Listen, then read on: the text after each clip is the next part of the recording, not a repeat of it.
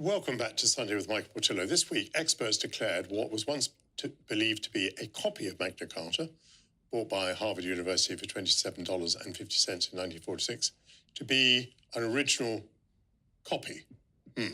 Today, 24 of these originals survived from the various editions between 1215 and 1300, most of which are in the United Kingdom. That leaves me somewhat confused about what an original is. But to explain that to me, the historian Tony McMahon joins me. Gosh, this is confusing. Magna Carta was signed in 1215. Yes. So the document that has come to light in Harvard was thought to be from what date and is actually from what date? Right. So just to clarify everything. So there's 4 copies of the document signed in 1215. 2 of those are in the British Library. Very easy to go and visit. 1 in Lincoln Castle and 1 in Salisbury Cathedral. All dated 1215? They're all dated 1215. So if you go to the British Library, you can see the original, or Salisbury Cathedral. They've got a little room there you can go to.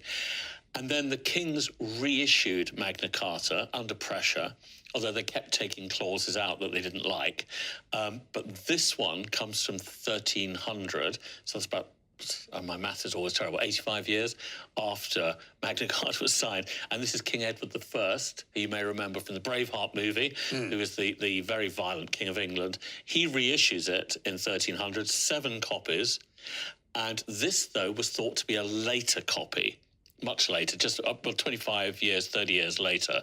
The fact that it's one of the 7 copies, I hope everybody's following me on this. The fact it's one of the 7 copies from 1300 means that instead of being worth $27.50, which is apparently what Harvard paid for it from a bookseller in the 1940s, it's worth probably around 20 million. The last time one was sold was 2007, and it went for 21 million pounds. Bit of a difference. Okay, so in a way, these 1300 documents are copies. Yes. Because they're copies of 1215. Yeah. However, they're reissued by King, and they're not quite the same, so they have an intense historical significance in themselves. Yes. I mean, Magna Carta is, it has more of an impact outside of Britain in a way than in Britain. In the United States. In the United States, in Australia, the former Commonwealth countries. You've got to imagine that before Magna Carta was signed, England was a pretty lawless place, and might was right. If you had a sword, you were the law.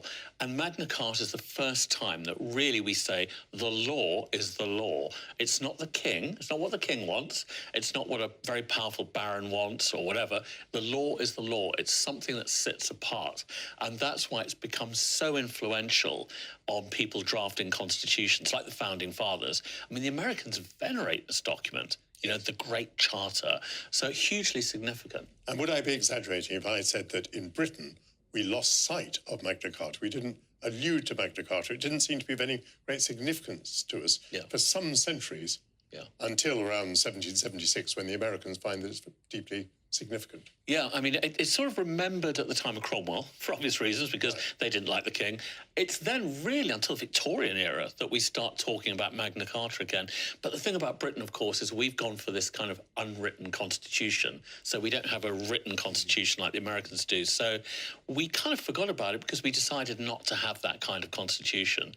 Whereas the Americans have got, you know, we the people, they've got that constitution. So they kind of revere Magna Carta as a kind of foreshadowing, a prototype of their constitution. Now, people who do want to have a look at Magna Carta, we've, first of all, where can we go and see 1215s? You've mentioned the British Library. And you say it's easy to get in there. Lincoln and Salisbury, easy to see in those 2 places? Yes, I was at Lincoln Castle just after Christmas. You can pop in there. They've got a little room for it. And Salisbury Cathedral, well, it's a beautiful cathedral anyway. Wonky spire as well. You can go and have a look at all of that. And they've got a room there where you can go in and see the Magna Carta. And are the 1300 Magna Cartas also on display? So there are 6 of them in the UK. I'm going to be honest, I don't know where they all are. No, one of them, only the one, the Harvard one, is outside of the country. So I think if you I'm afraid to say if you use Google, you may be able to find where the other ones are. But those 4 you can definitely see. British Library, very easy. Pop up the stairs from the cafe, turn left. I assure you, it's there. You can go and see it. Just a word more. Why do the Americans in 1776, why do they, as it were, rediscover Magna Carta? How do they rediscover Magna Carta? I mean, there was a huge English history. A lot of them are English history buffs, basically. Thomas Jefferson knew his English history. But if you think about it, what were the barons doing in 1215? They were fed up of this overbearing king, you know, that we used to call Bad King John. He's the king who's vilified in the Robin Hood stories. And for the American founding fathers, they thought, well, we've got an overbearing king. He's called George III. We don't like him. Hang on a moment. One of his ancestors got a good seeing to from the barons. Maybe we're the barons of today. We're putting this king in his place. So I think they saw themselves as the inheritors of the Magna Carta mantle. They were putting a tyrannical king in his place. And so their constitution was the new Magna Carta. Very good. It makes it fundamentally interesting. And Harvard is extremely lucky to discover that it's got a better document than it thought. Thank you very much indeed, Tony McMahon. You made it all very clear. That concludes the first hour of Sunday with Michael Portillo. Please rejoin me at noon, where my panel will discuss why, over many years, politicians have promised to reduce immigration, but in office allowed it to increase. I'll also be joined by Stefan Kyriazis, who will report back on his trips to the land of make-believe, that is to say the theatre. Author Julian Francis Godolphin will instruct us on the role that the monarch plays in the British Constitution. And we will discuss why it might be that an increasing number of young adults escape modern dating woes by enjoying the novels of Jane Austen. This is Sunday with Michael Portillo, only on GB News.